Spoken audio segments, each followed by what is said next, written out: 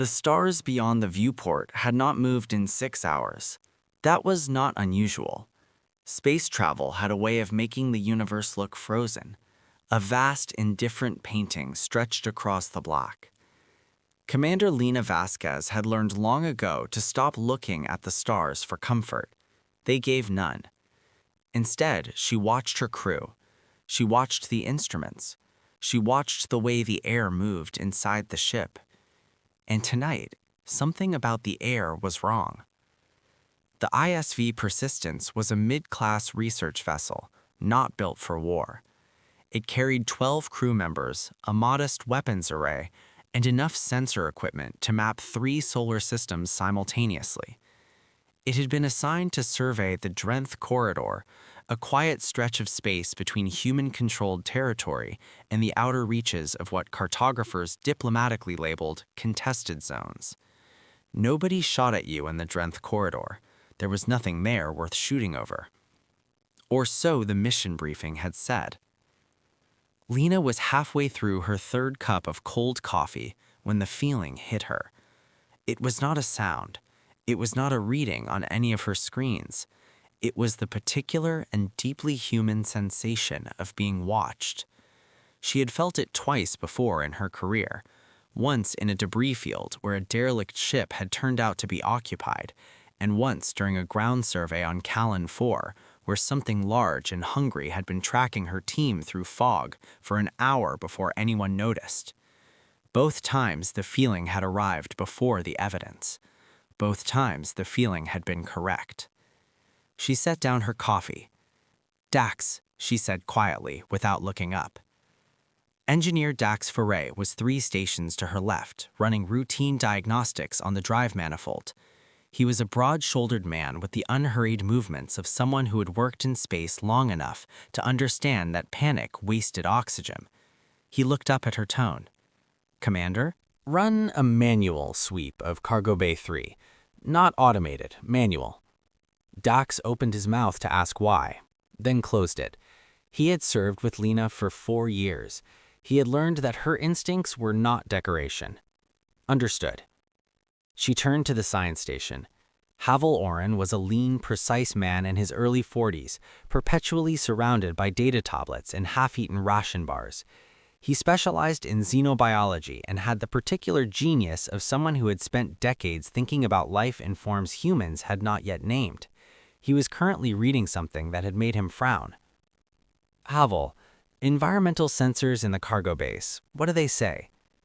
He pulled up the display without question. "Clear, temperature nominal, no motion detected, air pressure." He paused, his frown deepened. Say that like a word." "The pressure differential in Cargo Bay 3 is 0.003% lower than it should be for a sealed compartment.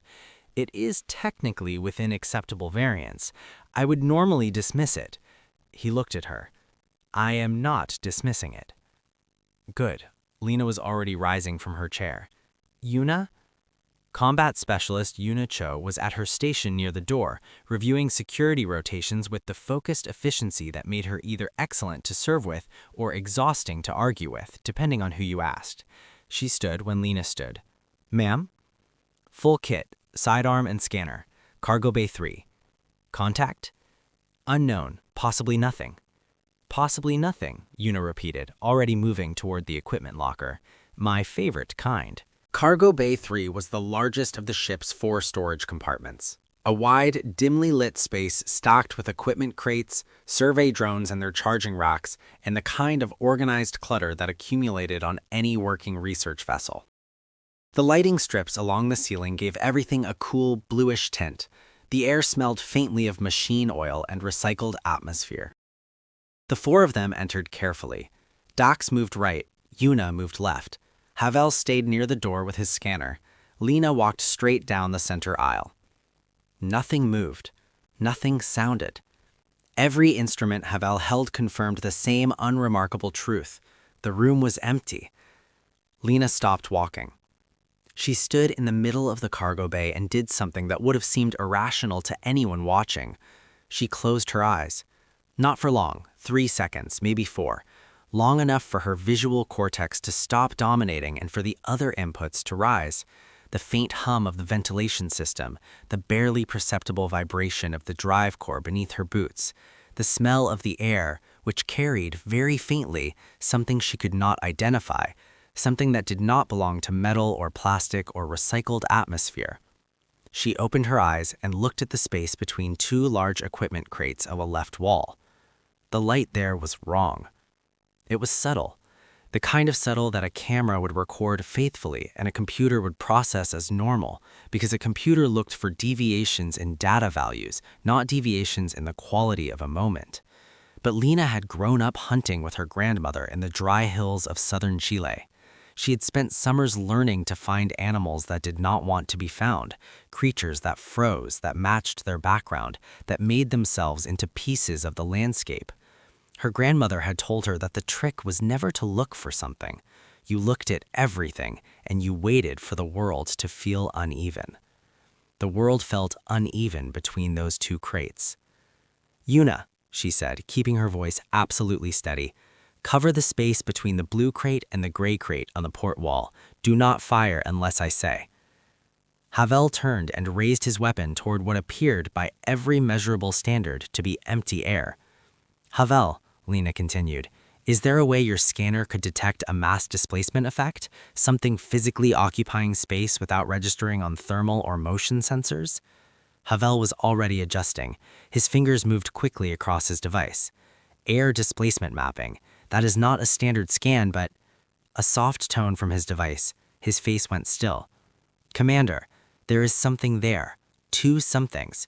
I am reading void spaces in the particulate distribution, shapes, humanoid, roughly, one larger, one smaller." The air between the two crates shimmered. It was the only word Lena could find for it later when she wrote the report. The light did not break. There was no dramatic flash or sudden movement. The shimmer was more like the visual distortion above hot pavement on a summer road, a ripple in the integrity of the space itself. And then, where empty air had been, there were two figures. They were tall, taller than any human in the room, though their frames were thin to the point of seeming architectural rather than biological. Their skin was a deep, lightless block that seemed to absorb the cargo bay's blue lighting rather than reflect it. Their eyes were large and completely silver, like mirrors set into sharp-boned faces. Their hands had too many joints. They wore no clothing that Lena could identify, but across their bodies ran faint patterns that shifted and moved, living circuitry or something that performed the same function. The larger one stared at Lena. Lena stared back. For a long moment, no one in the cargo bay made a sound. Then the larger figure spoke. Its voice came not from a mouth, which remained closed, but from somewhere in its chest, translated through technology into something that approximated human speech. "You should not be able to see us." "And yet," Lena said. The alien identified itself as Arail, a shadow weaver of the Third Order in a civilization called the Myrath. The smaller figure was an apprentice named Sovereign, young enough by Myrath standards that it spent most of the following conversation looking at the human crew with undisguised bewilderment. They were escorted, at weapons point, though Lena kept that point discreet, to the ship's conference room. Havel ran a full biological scan and confirmed that neither figure was armed in any way he could detect. That did not, he noted privately, mean they were not armed. It simply meant he could not detect it. Arail sought across the table from Lena with the particular stillness of something that had never needed to perform comfort for another species before. "How long have you known we were aboard?" "I noticed something was wrong an hour ago. My instruments confirmed two objects occupying space approximately 6 minutes ago." She looked at the alien steadily. "How long have you been on my ship?" A pause. 11 hours. The number landed in the room like a dropped tool. Dax looked at the ceiling. Yuna's expression did not change, but her jaw tightened. Havel made a note on his tablet with the focused energy of a man redirecting his alarm into productivity. "And before this ship?" Lena asked. Ariel's silver eyes moved slowly around the conference room, taking in the human faces, seeming to weigh something. The Mirith have observed human vessels for many years. We have walked aboard research stations, military installations, transport ships. We have been on Earth. Havel stopped writing. Earth, Lena said. Yes, on 4 separate occasions over the last 2 decades, in populated areas. Ariel's translated voice carried nothing that resembled guilt. It stated facts the way a geologist described rock strata, with the calm authority of long record. No human detected us until tonight. Then why are you still here? Lena asked. If you were invisible, if you've been invisible for years, why not simply leave when you heard us coming? For the first time, something shifted in Ariel's expression. It was small, a tightening around the silver eyes, a microscopic tension at the jaw, but it was there. Because I had already been seen. I processed the data incorrectly. I assumed your sensor equipment had malfunctioned and would reset. I chose to remain still rather than move. The large eyes fixed on Lena. You were not using sensor equipment. You used your eyes. Yes.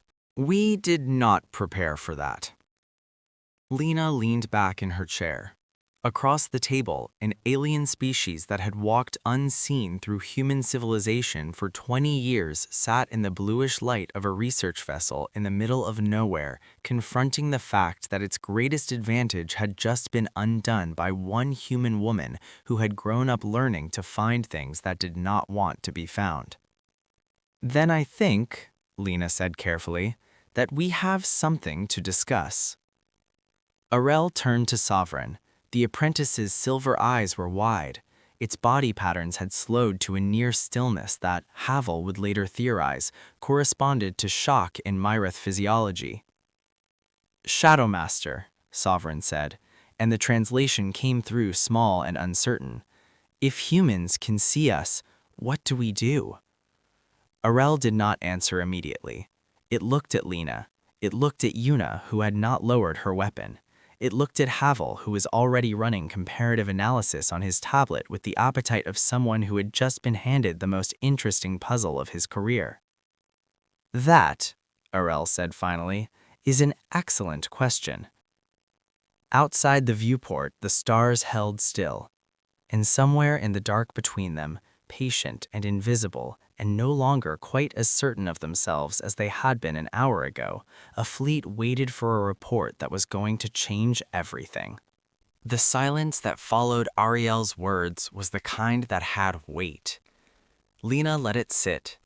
She had learned early in her command career that silence was a tool, that the person who moved to fill it first was usually the person who needed something. She watched Ariel across the conference table and waited, and the alien, to its credit, seemed to understand exactly what she was doing. You are patient, Ariel said finally. We evolved that way, Lena replied. Patience is how we hunted. Havel looked up from his tablet. He had been running comparison analyses since the moment they had sat down, cross-referencing Myrith biology against everything xenobiological records had accumulated over the last century of first contacts. Most of it was useless. The Myrith apparently had been careful to remain out of those records entirely. But Havel was the kind of scientist who could build a picture from the absence of data as easily as from its presence. He set his tablet down with the quiet confidence of a man who had arrived somewhere important. May I speak? He asked Lena. She gestured for him to continue. He turns to Ariel. Your cloaking technology works by bending light around your physical form. The photons that would ordinarily reflect off your body and travel to an observer's eye are redirected around you instead. The observer receives no visual data from your location and therefore perceives empty space. He paused. That is the mechanism, yes? Ariel regarded him with those flat silver eyes. Broadly accurate. And it works perfectly against every sensor technology you have encountered. Thermal, motion, electromagnetic, all of them operate on the principle of detecting a signal. Your technology eliminates the signal. No signal, no detection. Havel nodded slowly, as though confirming something with himself. The flaw, and I want to be clear that I do not call it a flaw to diminish your achievement, which is genuinely extraordinary, is that you cannot eliminate the disruption. Bending light around a solid object does not make the light behave naturally. It creates micro-distortions at the boundary where diverted photons re-enter their original path. The background behind you does not look entirely normal. It looks almost normal. Almost is enough for a machine. Almost is not enough for a human brain. Sovereign, the apprentice, leaned slightly forward. Why not, if the distortion is small enough that your instruments cannot detect it? Because our instruments are not our primary detection system, Havel said. They never were. For most of human evolutionary history, we had no instruments at all. What we had was a brain that needed to keep us alive in environments full of things that wanted to eat us. He stood from his chair and moved to the wall display, pulling up a basic diagram of human visual processing pathways. The human visual cortex does not simply record what the eyes see. It actively predicts what the environment should look like based on pattern recognition and prior experience, and it flags any deviation from that prediction as a priority alert. This process happens in milliseconds, below conscious thought. You do not decide to notice something wrong, you simply notice. The decision comes after. Ariel was very still. You are describing an involuntary threat detection mechanism.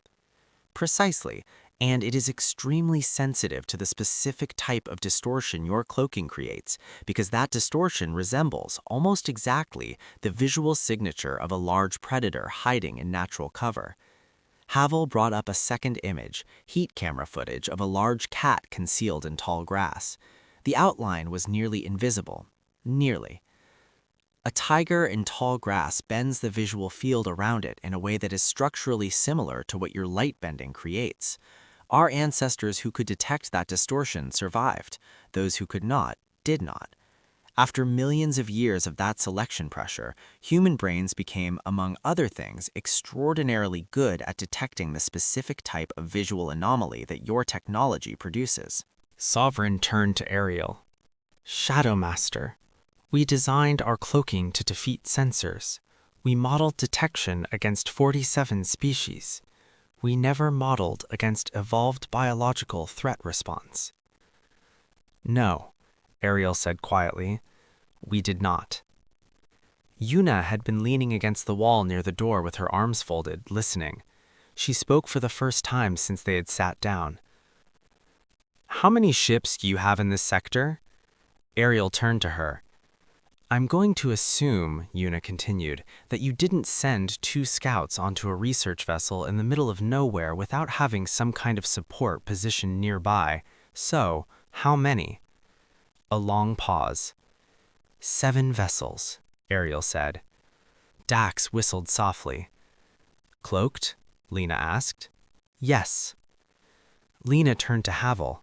He was already pulling up the sensor display on the wall screen, rerouting the Persistence's passive observation data through a new filtering algorithm he had been quietly building for the last 20 minutes. The screen populated with the immediate space around them, and 7 distinct, subtle distortions materialized in the scan field, arranged in a loose perimeter around them. Ariel stared at the screen. That is, the translation hesitated, that is not possible. Those ships are not emitting any signal.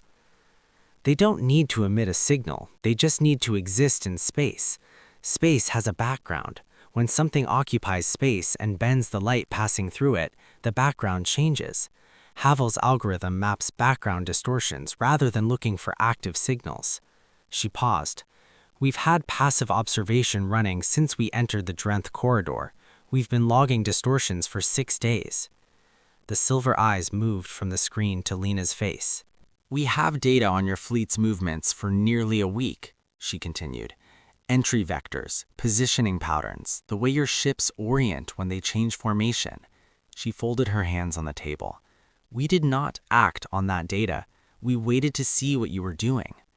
Sovereign's body patterns flickered rapidly, the Mirith equivalent, Havel would note in his records, of visible agitation. You knew, for days, you knew we were here and you said nothing. We're researchers, Doc said from the corner. We observe first. Arail was silent for a long time. The conference room held the particular stillness of a situation balancing on a point, waiting to fall in one direction or another. Lena watched the alien's face and thought about all the places Arail had claimed to have walked unseen. Military installations, civilian population centers, Earth itself 4 times among ordinary people going about ordinary lives with no idea that something was moving through their world, recording them. She thought about what it meant that those days were over. I need to contact the Conclave, Arail said finally. I know you do. I'll give you access to a communication channel, encrypted, private. Take whatever time you need. She stood.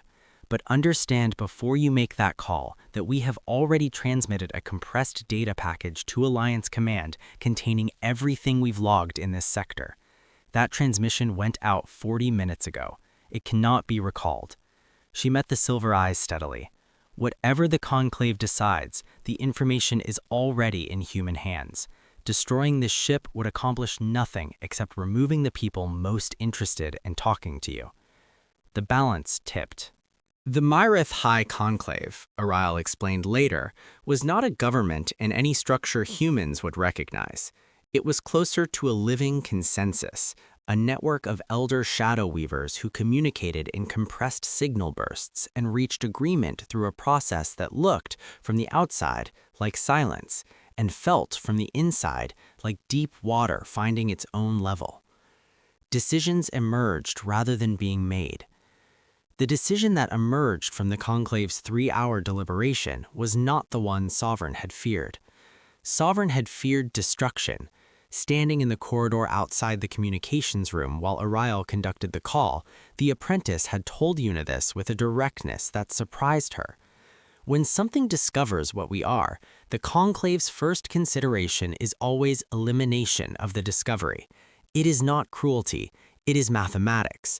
A secret revealed to one is a secret revealed to the potential of all.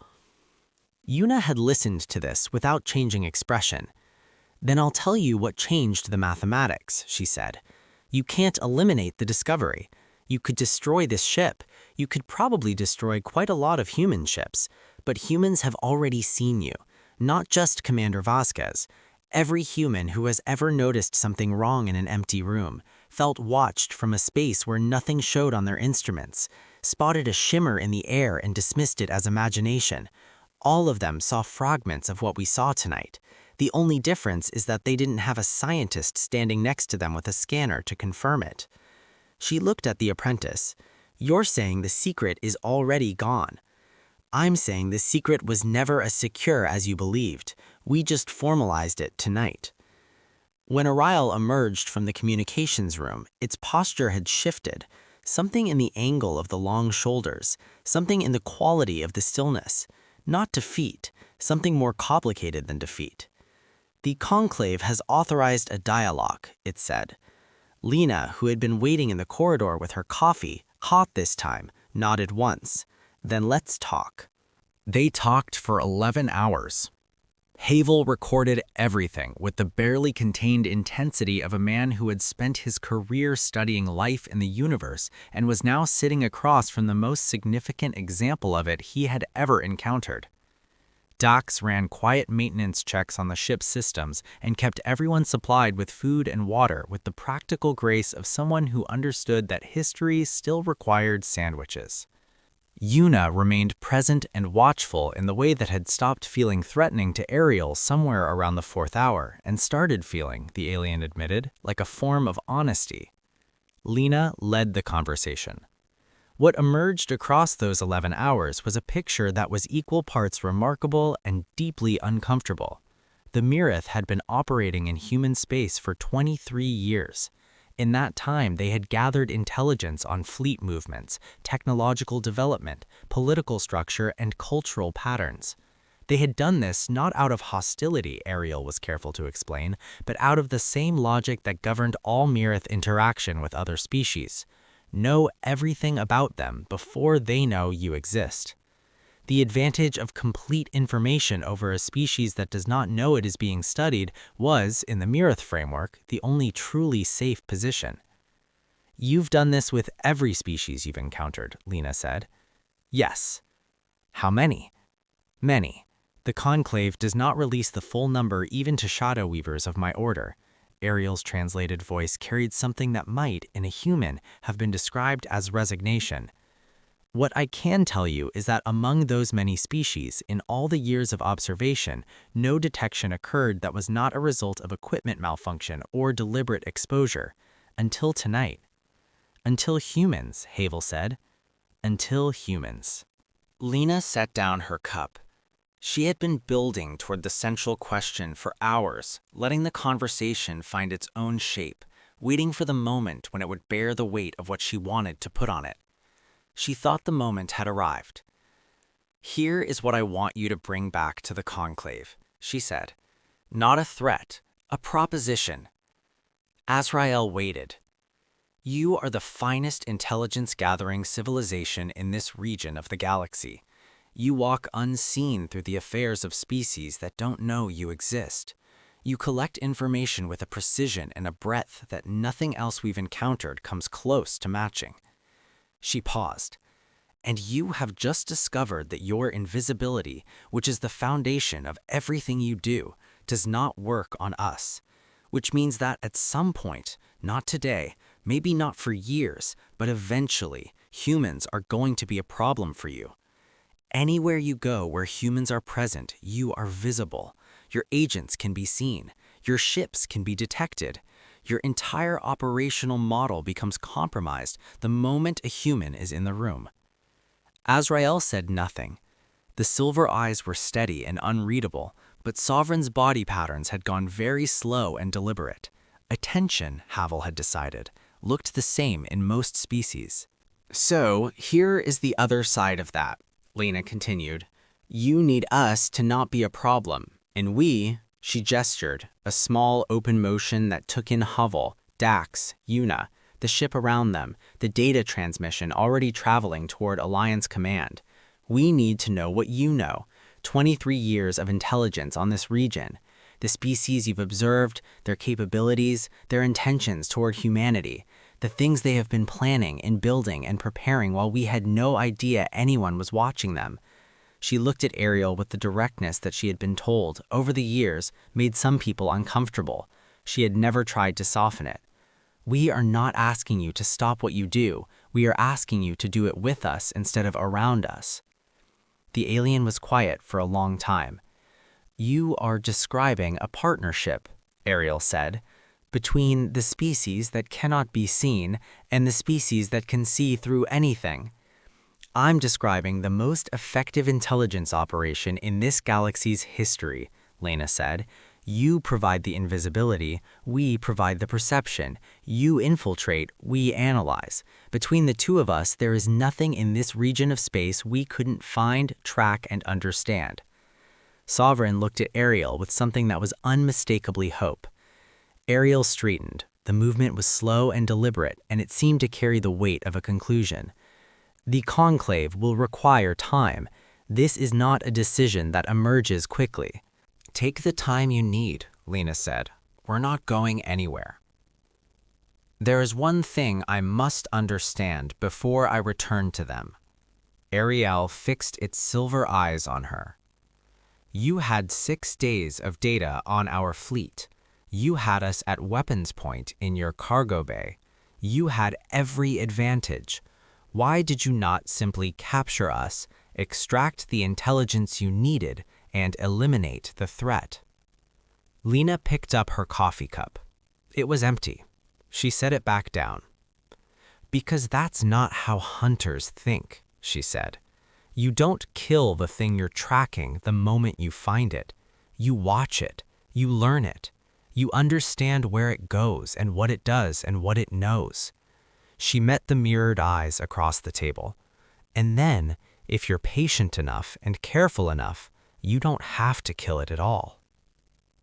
Ariel looked at her for a long time. We will return with the Conclave's answer, it said finally, within 3 days. We'll be here. They left the way they had arrived, in silence, in shimmer, in the particular absence that the Persistence's crew now knew to look for and would never be able to stop seeing. Lena watched the 2 distortions move through the cargo bay, pass through the hull membrane of the docking seal, and disappear into the block. Dax came to stand beside her at the viewport. For a moment, neither of them said anything. You think they'll come back? He asked. Yes, she said. How sure? She thought about it, about the way Ariel had looked at the screen showing 7 of its ships mapped in perfect detail by an algorithm a human scientist had built in 40 minutes, about Sovereign's body patterns going slow with something that translated across all the distance of biology and evolution and the cold width of space to the unmistakable shape of a young person realizing that the world was larger and stranger and more interesting than they had been taught. Sure enough, she said. Outside, the stars held still, and somewhere in the dark between them, invisible to every sensor the Persistence parried, but not anymore, to the human eyes that tracked the quality of light with the patience of a species that had spent 1,000,000 years learning to see what the world was hiding. Somewhere out there, a fleet was moving. And for the first time in 23 years, it knew it was being watched.